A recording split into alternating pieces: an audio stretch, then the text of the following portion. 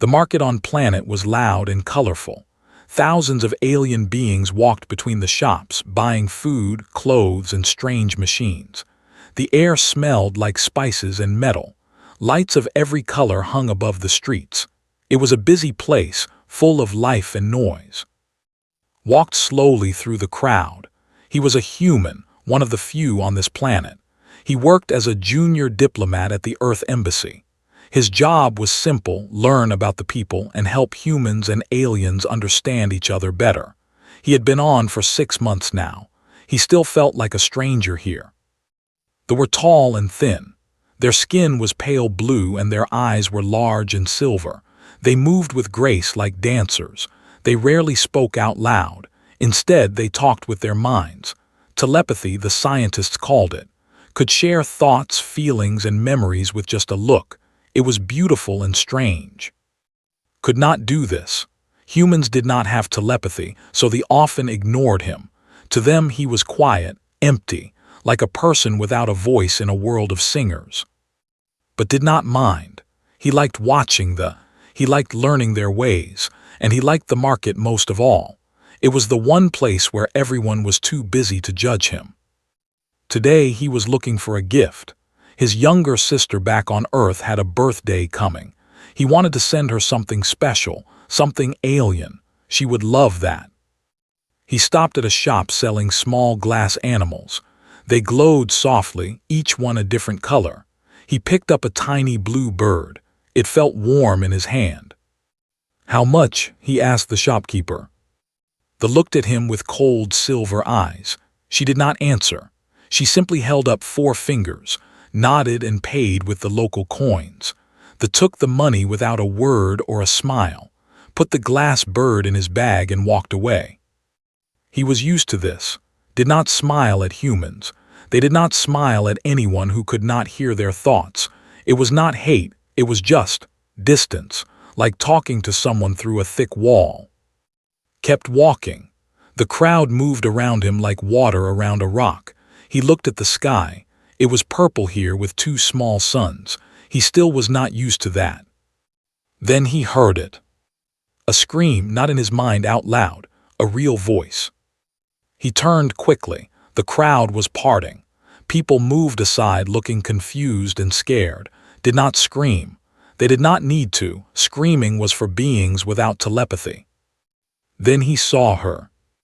A small girl was running through the market. She was young, maybe 7 or 8 years old in human terms.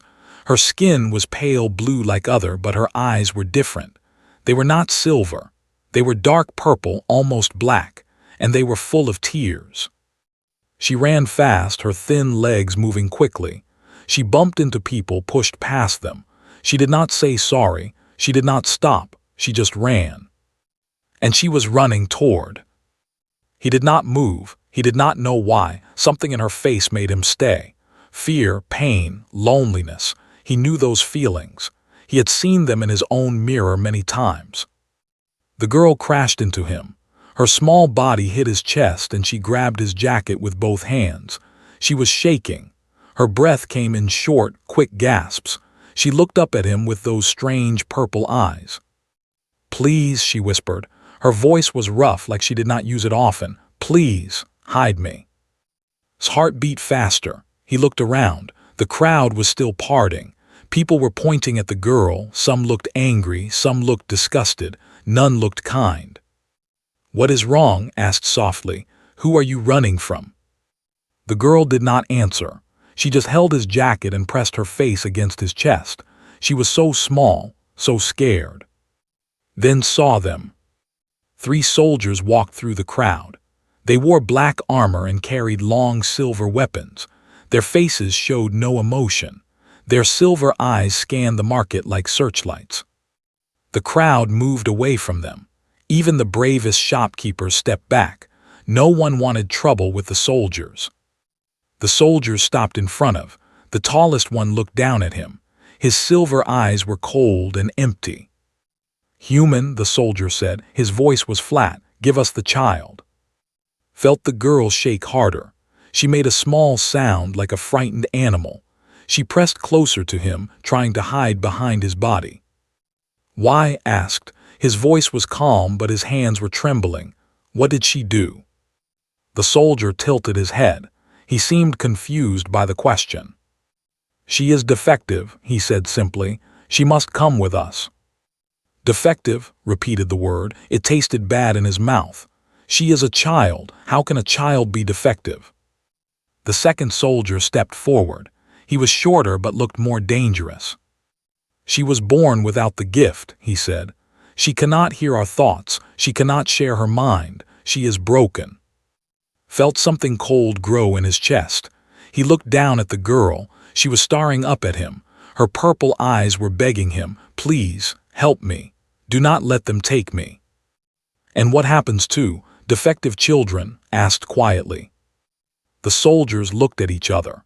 They did not understand why he was asking so many questions.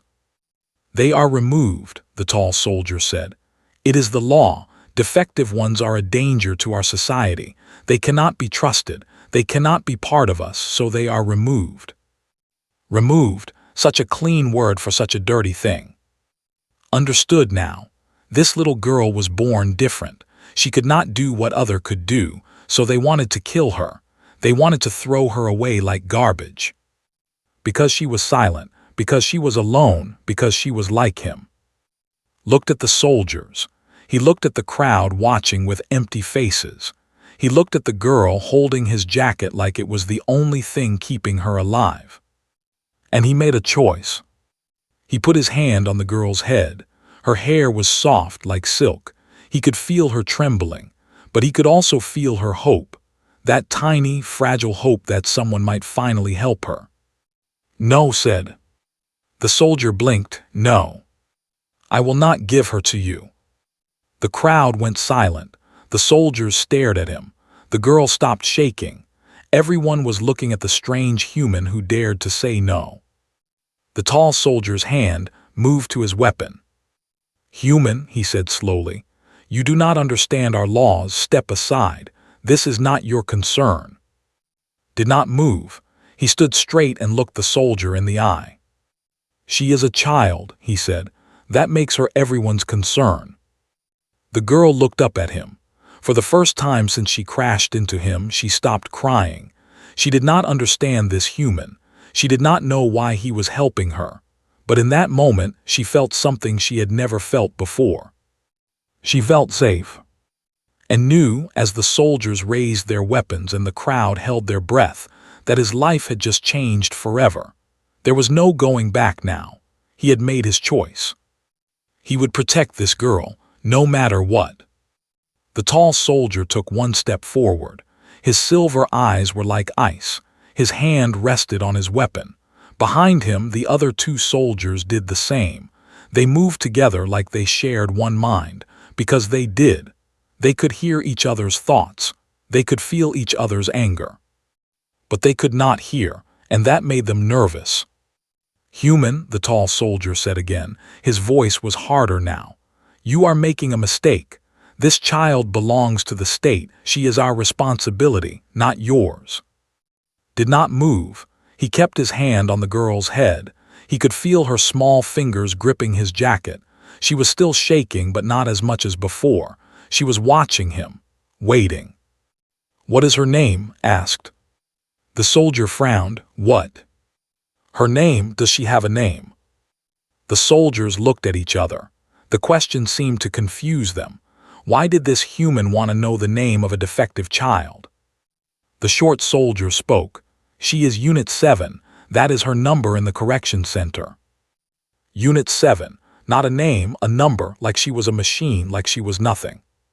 Felt his anger grow, but he kept his voice calm. That is not a name, he said. Every child deserves a name. He looked down at the girl. She was staring up at him with those deep purple eyes, eyes that could not read minds, eyes that had never seen kindness. What is your name? Asked her gently. The girl opened her mouth.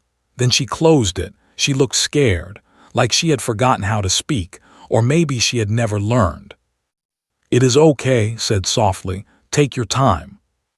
The girl swallowed. Her voice came out as a whisper. Lyra, my mother called me Lyra before. before they took me. Lyra, it was a beautiful name, smiled. Hello, Lyra. My name is I'm going to help you. The tall soldier made a sound of disgust. Enough of this. Human, you have no authority here. You are a guest on our planet. You must follow our laws. Your laws are wrong, said. The crowd gasped. Some people stepped back. Others leaned forward, curious. No one had ever spoken to a soldier like this. Not on. The soldier's face turned dark. You dare. I dare, interrupted. I dare because I am human, and where I come from we do not kill children for being different. The soldier's hand tightened on his weapon. You know nothing about our ways. This child is a threat. She cannot share thoughts. She cannot be trusted. She could be a spy, a liar, a danger to all of us. She is 7 years old, said. She is not a spy. She is scared. Fear does not matter. The law is the law. Shook his head slowly. On my planet we had laws like yours long ago. We had rules that said some people were less than others, because of their skin, because of their minds, because of things they could not control. And you know what happened. The soldier did not answer. He just stared. We learned, continued. We learned that those laws were evil. We learned that every person has value, every life matters, even the ones that are different, especially the ones that are different. The soldier laughed. It was a cold, empty sound. You are a young species. You have much to learn. We have lived for 10,000 years. We know what is best for our people. Then why is she crying? Asked. Why is she running? If your way is best, why is this child so afraid? The soldier had no answer. Lyra looked up her eyes were wide. She had never heard anyone talk like this. She had never heard anyone defend her. All her life she had been told she was broken, wrong, worthless. And here was this strange human, this quiet outsider, standing against soldiers for her. Why, she did not understand, but for the first time in her life she felt something warm in her chest. Hope. The short soldier stepped forward. He was getting angry. Human, you are testing our patience. Give us the child now or face the consequences. What consequences? Asked. You will be arrested. You will be put in prison. Your embassy will not be able to help you. Thought about this. Prison on an alien planet, far from home, far from everyone he loved. It was a scary thought, but then he looked down at Lyra. He saw the tears on her face. He saw the fear in her eyes. And he knew he could not walk away.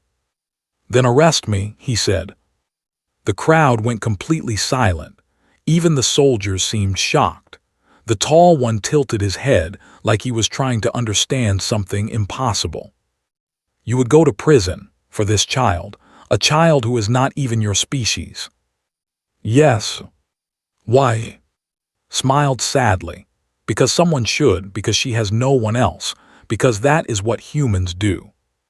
The soldiers looked at each other. They were talking with their minds, sharing thoughts that could not hear. He stood and waited. Lyra pressed closer to him. Finally, the tall soldier spoke again. You are strange, human. You protect a creature that is nothing to you. You risk your freedom for a stranger. This is not logical. Love is not logical, said. Kindness is not logical, but they are real, and they matter more than your laws. The soldier stared at him for a long moment. Then he reached for his weapon. Enough talk. We will take the child by force. His heart beat faster. He was not a fighter. He had no weapons. He could not win against 3 armed soldiers, but he did not step back. He could not. The soldier pulled out his weapon. It was long and silver, glowing with blue light. A stun gun, maybe, or something worse. Did not know. He just knew it was pointed at him. Last chance, human, move aside. Took a deep breath. He thought about his family back on Earth, his sister who loved glass animals, his mother who worried about him, his father who told him to always do the right thing. The right thing was not always easy. Sometimes it was hard, sometimes it was scary, but it was still right. No, said. The soldier raised his weapon. And then a voice cut through the silence. Stop! Everyone turned. A new figure was walking through the crowd. She was tall and elegant, wearing white robes. Her skin was darker blue than the others, and her eyes glowed softly. She moved with power and grace. The soldiers immediately lowered their weapons. They bent their heads in respect. "Elder," the tall soldier said quickly, "we did not know you were here." The woman called Elder walked closer. She looked at the soldiers, then at Lyra, who was still hiding behind the human. "What is happening here?" she asked. Her voice was calm but strong. The soldier spoke quickly. "We are collecting a defective child. This human is interfering." Elder looked at. She studied his face for a long moment, felt like she could see inside him, even without telepathy. "Is this true, human?" she asked. "I am protecting a child," said. "That is all." Elder nodded slowly. She looked down at Lyra. The girl was trembling again, scared of this powerful woman. But Elder did not look angry, she looked curious. "Interesting," she said softly. Then she turned to the soldiers. "Leave." The tall soldier stepped forward. "But Elder." "I said leave." Her voice was quiet but absolute. The soldiers did not argue. They bowed low and walked away, disappearing into the crowd. Watched them go. He did not understand what was happening. Was he safe now? Was Lyra safe? Elder turned back to him. Her glowing eyes were hard to read. "You are brave, human," she said. "Or foolish, perhaps both." "I did what I had to do," replied. "Yes, I can see that." She looked at Lyra again. "This child, she chose you. Out of everyone in this market, she ran to you. Do you know why?" Shook his head. He had wondered the same thing. Elder smiled. It was a small smile, but real. "Ask her," she said, "and then come to the Temple of Stars. We have much to discuss." She turned and walked away, her white robes flowing behind her. Stood there holding Lyra, surrounded by a crowd that was slowly returning to normal. His hands were still shaking. His heart was still racing, but he was alive, and Lyra was safe. For now. He looked down at the girl. She was watching the elder disappear into the crowd. "Lyra," he said gently, "why did you run to me? Why me?" Lyra looked up at him. Her purple eyes were wet with tears, but she was not crying from fear anymore. She was crying from something else, something she could not name. "Because you smile," she whispered. "Blink to what?" "Humans smile. You are the only ones who smile at me. Everyone else.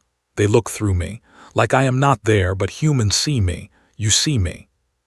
Felt his chest tighten. Such a small thing.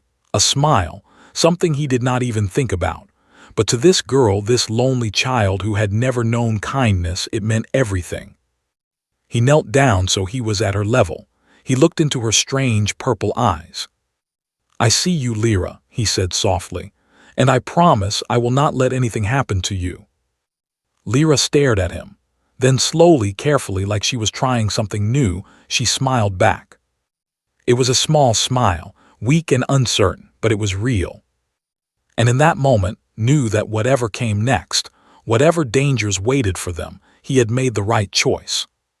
The Temple of Stars was the oldest building on planet. It sat on top of a high hill, looking down at the city below. Its walls were made of white stone that glowed softly in the light of the two suns. Tall towers reached toward the purple sky like fingers pointing at heaven. Walked up the long steps to the temple. Lyra walked beside him, holding his hand tightly. She had not let go since they left the market. Her small fingers were cold, but her grip was strong. The steps seemed endless, counted them as he climbed. 100, 200, 300, his legs hurt, his breath came hard, but he did not stop. Lyra needed him, and Elder was waiting. They reached the top as the first sun began to set. The sky turned from purple to deep red. Long shadows stretched across the stone, stopped to catch his breath. Lyra looked up at the temple with wide eyes. "I have never been here," she whispered. "They said I was not allowed because I am broken." Squeezed her hand. "You are not broken, Lyra. You are just different, and different is not bad. Lyra did not answer. She wanted to believe him, but after years of being told she was wrong, it was hard. The temple doors opened. 2 in white robes stood on each side. They looked with silver eyes, then at Lyra with something like confusion, but they did not stop them. They stepped aside and let them enter. Inside, the temple was even more beautiful. The ceiling was painted with stars and planets.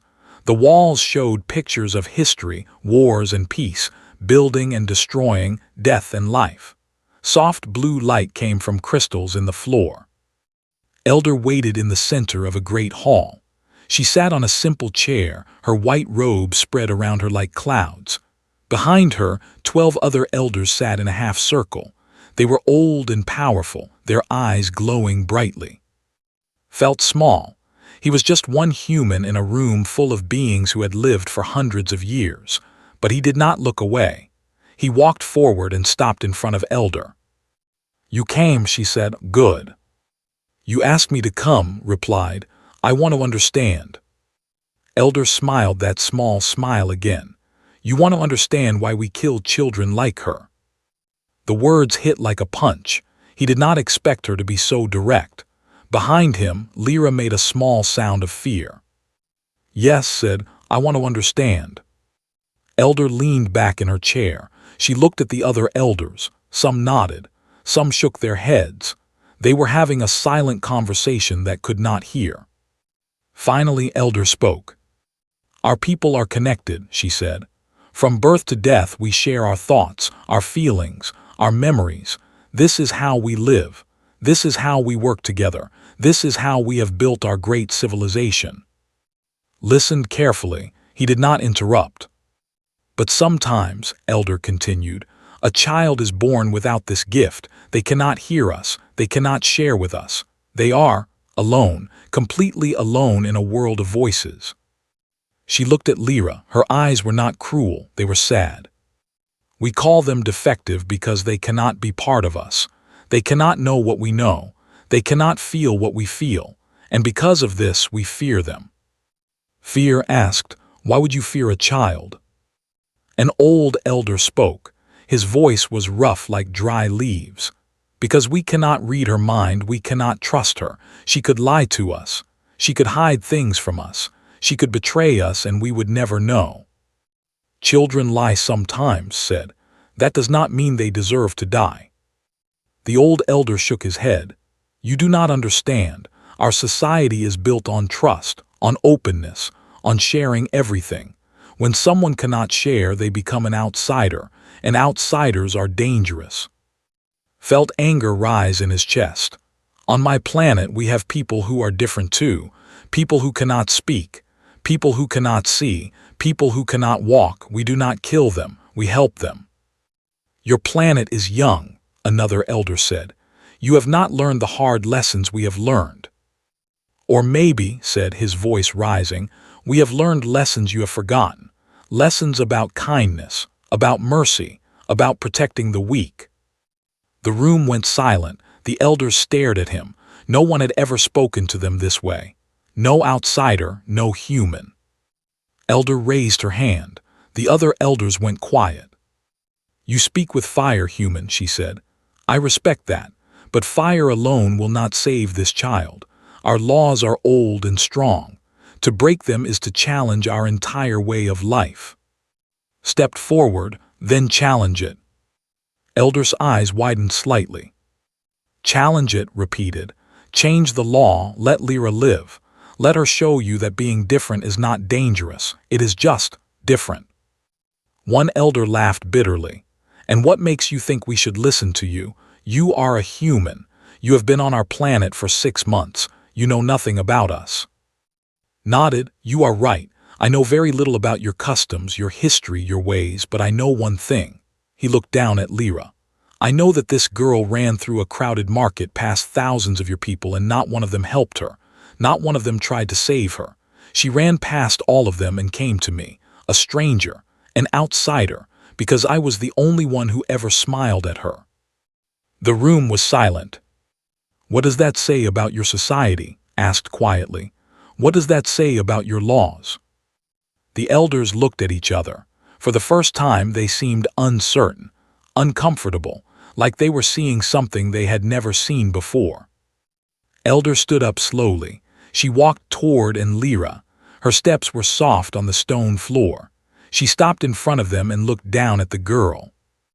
"Child," she said gently, "is this true? You came to this human because he smiled at you." Lyra was shaking. She pressed closer but she found her voice. "Yes," she whispered, "humans are kind. They do not look at me like I am nothing. They do not pretend I am not there. They see me. They smile at me." She looked up at. "He smiled at me in the market once, 3 weeks ago. He did not even know I was watching, but I remembered. I remembered his face. And when I ran, I looked for him." Felt something break inside his chest. 3 weeks ago. He had smiled at her 3 weeks ago without even knowing. And she had remembered. She had held onto that tiny moment of kindness like a treasure. Because it was all she had. Elder was quiet for a long moment. Then she did something unexpected. She knelt down in front of Lyra, the most powerful woman kneeling before a child they called defective. "I am sorry," Elder said softly. "I am sorry for what we have done to you. I am sorry for what we have failed to see." Lyra stared at her. She did not know what to say. Elder looked up at, "Human, you have shown us something today, something we had forgotten. Perhaps we are not as wise as we believed." She stood up and turned to the other elders. "I propose we suspend the termination order for this child. I propose we study her, learn from her, perhaps even protect her." The old elder spoke sharply. "This goes against everything we believe, against all our traditions." "Then our traditions are wrong," Elder said firmly. "A society that kills its children because they are different is not a great society. It is a frightened one."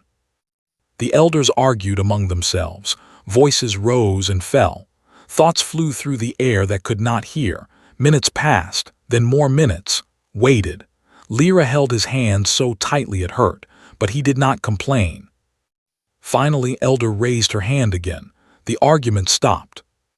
"We have made a decision," she said. "The child will live. For now. She will stay at the temple under our protection. We will study her and see if beings like her can truly be trusted." Felt relief wash over him, but it was mixed with worry. "What about me?" he asked. "What happens now?" Elder looked at him with her glowing eyes. "You have broken no laws, human. You simply stood in front of soldiers and refused to move. That is not a crime." She paused. "It is something else, something we do not have a word for." "Courage," said quietly. "On Earth we call it courage." Elder nodded slowly. "Courage, yes, I will remember that word." She turned to leave, then stopped. "Human, you may visit the child whenever you wish, I think. I think she needs you, and perhaps we need you too." She walked away, the other elders following behind her. Stood alone in the great hall with Lyra. The blue light glowed around them. The painted stars watched from above. Lyra looked up at him. Her eyes were wet, but she was not crying. She was smiling. "Did you hear that?" she whispered. "I get to live." Knelt down and hugged her. He felt her small arms wrap around his neck. He felt her heart beating against his chest. She was alive. She was safe. That was all that mattered. "Yes, Lyra," he said softly. "You get to live, and I will be here. Whenever you need me, I will be here." Outside, the second sun began to set. The sky turned from red to deep purple. Stars appeared one by one, bright and beautiful. And somewhere in the city below, people were talking about the strange human who stood against soldiers to protect a child that was not his own. They did not understand him. They could not read his thoughts or feel his heart, but they would remember him. And slowly, very slowly, they would begin to change. 3 months passed since that day in the market. 3 months since stood against soldiers. 3 months since Lyra learned what it felt like to be protected. The Temple of Stars became her home. She had a small room with a window that looked out at the city. She had a bed with soft blankets. She had food to eat and water to drink. For the first time in her life, she was not cold. She was not hungry. She was not running. But she was still lonely. The at the temple treated her well. They did not hurt her. They did not call her names. But they also did not talk to her. They could not. She was silent to their minds, and they did not know how to speak with words. So Lyra waited. Every day she sat by her window and watched the steps leading up to the temple. She counted the stones. She counted the birds. She counted the minutes. And she waited for. He came every week, sometimes twice a week. He climbed the long stairs, his breath heavy, his legs tired. But he always smiled when he saw her. Always. Today was one of those days. Lyra saw him at the bottom of the steps. She jumped up from her window seat and ran through the temple. Her feet slapped against the stone floor. They watched her pass with curious eyes. She burst through the temple doors just as reached the top. She called. He looked up and smiled, that warm smile she loved so much. "Lyra," he said, "you are getting faster." She ran to him and hugged him tightly. He laughed and hugged her back. She pressed her face against his chest and breathed in. He smelled like the market, like spices and metal and home. "I missed you," she said. "I missed you too," he replied. "I brought you something." He reached into his bag and pulled out a small box. Inside was a glass animal, a tiny bird that glowed with soft blue light. It was like the one he had bought for his sister months ago. Lyra's eyes went wide. She took the bird carefully, holding it like it might break. "It is beautiful," she whispered. "I thought you might like it," said. "On Earth, birds mean freedom. They fly wherever they want. No one can stop them." Lyra looked at the little bird. Freedom. She had never known freedom, but maybe someday she would. They walked together through the temple gardens. Flowers of every color grew along the paths, moved silently between the plants, working and thinking. None of them looked at Lyra, but that was okay. She had. "How is your work?" she asked. Smiled, "Busy. The embassy has many meetings now. The elders want to learn more about humans, about Earth, about how we live without telepathy." "Why?" "Because of you," said softly. "You showed them that beings without telepathy are not dangerous. You showed them that we can be trusted. Now they want to understand us better." Lyra thought about this.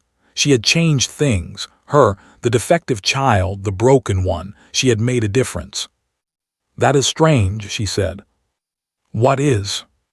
"All my life people said I was worthless. They said I had no value. They said I was a mistake." She looked up at. "But now you say I changed things. How can both be true?" Stopped walking. He knelt down so he was at her level. His eyes were serious but kind. "Both are not true," he said. "The people who called you worthless were wrong. You have always had value. You have always mattered. They just could not see it." "Why?" "Because they were afraid. Fear makes people blind. They could not hear your thoughts, so they did not try to see your heart. But I saw it. The first time you ran to me, I saw it. You are brave and strong and good. Never let anyone tell you different." Lyra felt tears in her eyes. She tried to blink them away, but they fell anyway. "I do not feel brave," she said quietly. "I feel scared. Every day I am scared they will change their minds, send me away, hurt me." Took her hands in his. "I know, fear does not go away easily, but you do not have to fight it alone. I am here. I will always be here." "Promise." "Promise." They sat together on a stone bench. The twin suns hung low in the sky, painting everything gold and red. Lyra held her glass bird and watched the light move through it. She said after a while, "Can I ask you something?"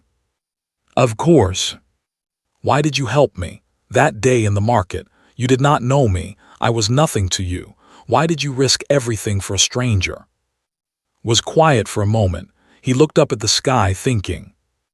"On Earth," he said slowly, "there is an old story, a story about a man who found a stranger hurt on the side of the road. Many people walked past. They were busy. They did not want trouble, but this one man stopped. He helped the stranger. He carried him to safety. He paid for his care. He saved his life. Why? Lyra asked. Because he could. Because the stranger needed help. Because doing the right thing does not require a reason. Lyra thought about this. Humans are strange. Laughed. Yes, we are, but I think strange is good. Strange means different, and you taught me that different is not bad. Lyra smiled. It was easier to smile now. She had practiced. She said, "What is Earth like?" His eyes lit up. She loved asking him about Earth. He always looked so happy when he talked about home. Earth is beautiful, he said. It has blue skies and green trees. It has mountains that touch the clouds and oceans that go on forever. It has cities full of people and villages full of peace. Do all humans smile there? Thought about it? Not always. Humans have problems too. We fight. We hurt each other. We make mistakes. But we also love. We also forgive. We also try to be better. It sounds complicated. It is. Life is complicated. But that is what makes it interesting. Lyra looked at her glass bird. Do you think I could ever go to Earth? Smile faded a little. He did not answer right away. I do not know, he said honestly. The elders want you to stay here. They are still studying you, still learning. But maybe someday. Maybe someday. Lyra nodded. Someday was better than never. They sat in silence for a while. The suns continued to set. The shadows grew longer. Somewhere in the temple, bells rang softly. There is something I never told you, Lyra said suddenly. Looked at her. What? Lyra took a deep breath. This was hard to say, but she needed to say it. When I was at the correction center before I escaped, they told me something. They told me about my parents, about what happened to them. His face grew serious. You do not have to talk about this if you do not want to. I want to, Lyra said. I need to. She held her glass bird. My mother was like me. She could not hear thoughts. She was born silent, but she was also beautiful and kind. My father fell in love with her anyway. He did not care that she was different. He loved her for who she was. Lyra's voice shook, but she kept going. When I was born, they hoped I would be normal. They hoped I would have the gift, but I did not. I was silent like my mother. The law said we should both be taken away, but my father protected us. He hid us. For years, he kept us safe. What happened? Asked gently. Tears rolled down Lyra's cheeks. Someone found out. Someone reported us. The soldiers came. My father tried to fight them, but there were too many. She closed her eyes. They took my mother first. Then they took me. I never saw my father again. Felt his heart break. This little girl had lost everything. Her mother, her father, her home. And still she had found the strength to run, to hope, to trust a stranger in a market. I am so sorry, Lyra, he said. His voice was thick. I do not tell you this for pity, Lyra said. She opened her eyes and looked at him. I tell you because I want you to understand something. What? My father died protecting me. My mother was taken because of me. Everyone who loved me was hurt because they tried to save me. For a long time I thought I was cursed. I thought being near me was dangerous. I thought I should be alone. She reached out and took his hand. But then I met you, and you protected me, and you are still here, still safe, still smiling. She squeezed his hand. Maybe I am not cursed, maybe I am lucky, lucky to have found you. Felt tears in his own eyes. He did not try to hide them. Lyra, he said, you are the bravest person I have ever met, human and I am the lucky one, lucky to know you. Lyra smiled through her tears. The glass bird glowed in her hands. The suns finally set and stars appeared in the purple sky. They sat together in the garden as night fell. Two silent beings in a world of voices. An outcast child and an outsider human, different in every way, but somehow completely the same.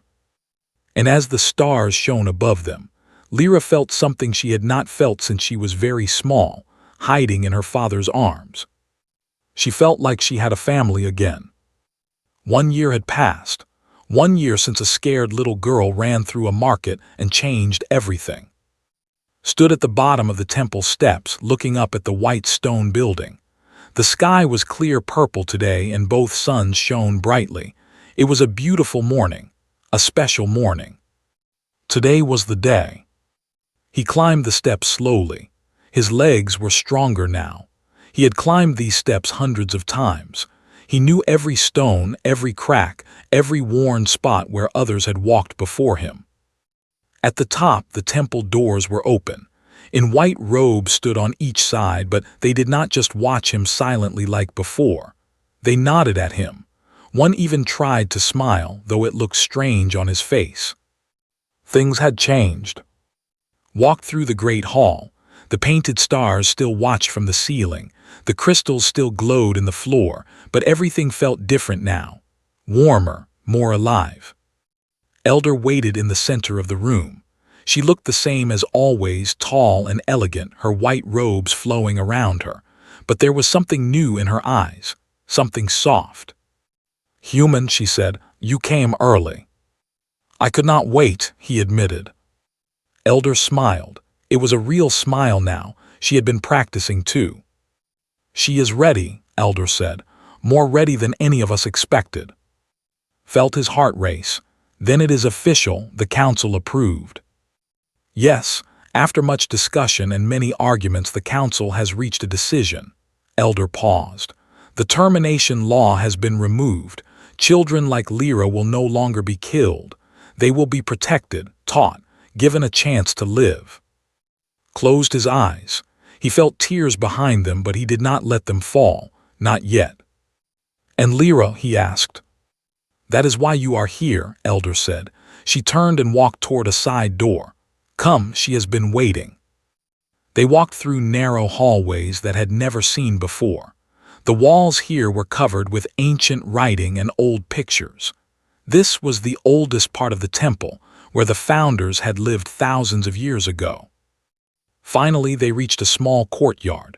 Flowers bloomed everywhere. A fountain bubbled softly in the center. And sitting by the fountain, wearing a new dress the color of the evening sky, was Lyra. She looked up when she heard them coming. Her purple eyes went wide. Then she jumped up and ran toward them. He caught her in his arms and lifted her up. She laughed, a real laugh, free and happy. It was the most beautiful sound he had ever heard. "Look at you," he said, setting her down. "You look like a princess." Lyra spun around, making her dress flow around her. "The elders gave it to me. They said today is special." "It is special," agreed, "very special." Elder stepped forward. She looked at Lyra with gentle eyes. "Child," she said, "Lyra, do you know why today is special?" Lyra nodded, suddenly serious. "You are going to tell me what happens next, where I will go, what I will do." "Yes," Elder said. "The council has made many decisions. The first is that children like you will no longer be harmed. They will be cared for. This is because of you, Lyra, because you showed us that being different does not mean being dangerous." Lyra stood very still. She did not know what to say. "The second decision," Elder continued, "is about you specifically, about your future." Lyra reached for his hand. He held it tightly. "We asked ourselves where you would be happiest," Elder said, "where you would be safest, where you would be loved." She looked at. The answer was clear. Felt his heart stop. "The Earth Embassy has agreed to take you in," Elder said. "You will live with the humans. You will learn their ways.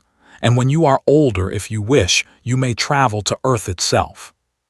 Lyra gasped. She turned to with huge eyes. "Is this true?" she whispered. Could not speak, he just nodded. "But there is one more thing," Elder said. Her voice was strange, almost nervous. "This part is not from the council. This part is from your human friend." Lyra looked at, confused. Took a deep breath. He had practiced this moment 1,000 times in his head. He had worried and planned and hoped, and now it was finally here. He knelt down in front of Lyra. He took both of her small hands in his. Lyra, he said, for the past year I have watched you grow. I have seen you become brave and strong and happy. Every time I visit, you make me smile. Every time I leave, I miss you. Lyra was very still. She did not even breathe. On Earth, continued, there is a tradition. When someone finds a child who needs a family, they can choose to become that child's family. They can give the child their name, their home, their love, forever. Lyra's eyes filled with tears. I spoke with the Earth Embassy, I spoke with the elders, I even spoke with my family back home. He smiled through his own tears. Everyone agrees. If you want, Lyra, I would like to become your family, I would like to be your father. The courtyard was silent, the fountain bubbled, the flowers swayed, Elder watched with glowing eyes. Lyra stared at for a long moment. Her tears fell freely now, running down her blue cheeks. You want to be my father, she whispered. If you will have me. Lyra threw herself into his arms. She held him so tightly he could barely breathe. Her small body shook with sobs, not of sadness, but of joy so great she could not contain it. Yes, she cried. Yes, yes, yes, I want you to be my father. I have wanted it for so long. I was scared to ask. I was scared you would say no. Held her close. His own tears fell now, mixing with hers. I would never say no, he whispered. You are my daughter, Lyra. You have been since the moment you chose me. Since the moment you ran to me in that market and held my jacket and asked me to hide you. Lyra pulled back and looked at him. Her purple eyes were red from crying, but they were also bright, brighter than he had ever seen them. I have a father, she said, like she could not believe it. I have a family. Yes, said, you have a family and you always will. Elder stepped forward. Her eyes were wet too, though she tried to hide it. There is one final thing, she said, a gift from the Temple of Stars, from all of us. She reached into her robes and pulled out a small object. It was a pendant made of white crystal, hanging from a silver chain. Inside the crystal, a tiny light glowed, soft and warm, like a captured star. This is a memory stone, Elder explained. It holds the thoughts of those who give it. We have filled it with memories of your mother, your real mother. The elders who knew her shared what they remembered, her smile, her voice, her love for you. Lyra took the pendant with trembling hands. She held it to her chest. You remembered her? She asked in a small voice. She was one of us, Elder said softly. Different, yes, but still one of us. We should never have forgotten that. We should never have let fear blind us. She bowed her head. This is our apology, Lyra, for everything we did wrong. Lyra looked at the pendant for a long time. Then she looked up at Elder. I forgive you, she said simply. Elder's eyes widened. She had not expected those words, not from this child who had suffered so much. How can you forgive so easily? She asked. Lyra smiled. Because my father taught me. He taught me that anger makes people blind, that fear makes people cruel, but kindness makes people see. I want to see. I want to be kind like him. She turned and took his hand. He squeezed it gently. Can we go home now? She asked. Can we go to Earth? Looked at Elder, she nodded. The ship leaves tomorrow, she said. You have time to say goodbye. Picked Lyra up and held her close. She put her arms around his neck and rested her head on his shoulder. The pendant hung between them, glowing softly. Yes, said, we can go home. They walked out of the courtyard, through the ancient hallways, past the great hall with its painted stars. They walked through the temple doors and stood at the top of the long steps. The city spread out below them, beautiful and strange. Two suns shone in a purple sky. Aliens walked through streets of white stone. It was a different world, a different life. But it had given something precious, something he would never forget. A daughter. Lyra looked down at the city. She had been so scared when she first ran through those streets, so alone, so hopeless. Now she had a father, a family, a future. She said quietly, Yes. Is Earth kind? Remembered the first time she had asked him that. A year ago, when she was just a frightened girl hiding behind a stranger. He looked at her now, at her bright eyes and hopeful smile and the pendant glowing against her chest, and he knew his answer. Not always, he said honestly. Earth has problems just like everywhere else. There are people who are cruel, there are people who are afraid, but there are also people like you and me. People who try, people who care, people who choose kindness even when it is hard. He kissed the top of her head. We try to be kind, Lyra, and I think, with you there, we will try even harder. Lyra smiled. She held his hand as they started down the long steps together. Behind them, the Temple of Stars glowed white in the sunlight. Above them, the sky stretched endless and purple. Ahead of them, a new life waited. A father and daughter. A human and an alien. Two different beings from two different worlds. Walking together into the light. And far across the galaxy, on a small blue planet called Earth, a grandmother told her grandchild an old story. A story about a man who saved a stranger on the side of the road. About kindness. About courage. About love. The child listened and smiled. I want to be like that someday, she said. I want to help people. Her grandmother smiled back. Then you will, she said. That is what humans do. And somewhere among the stars, a little girl with purple eyes was finally going home.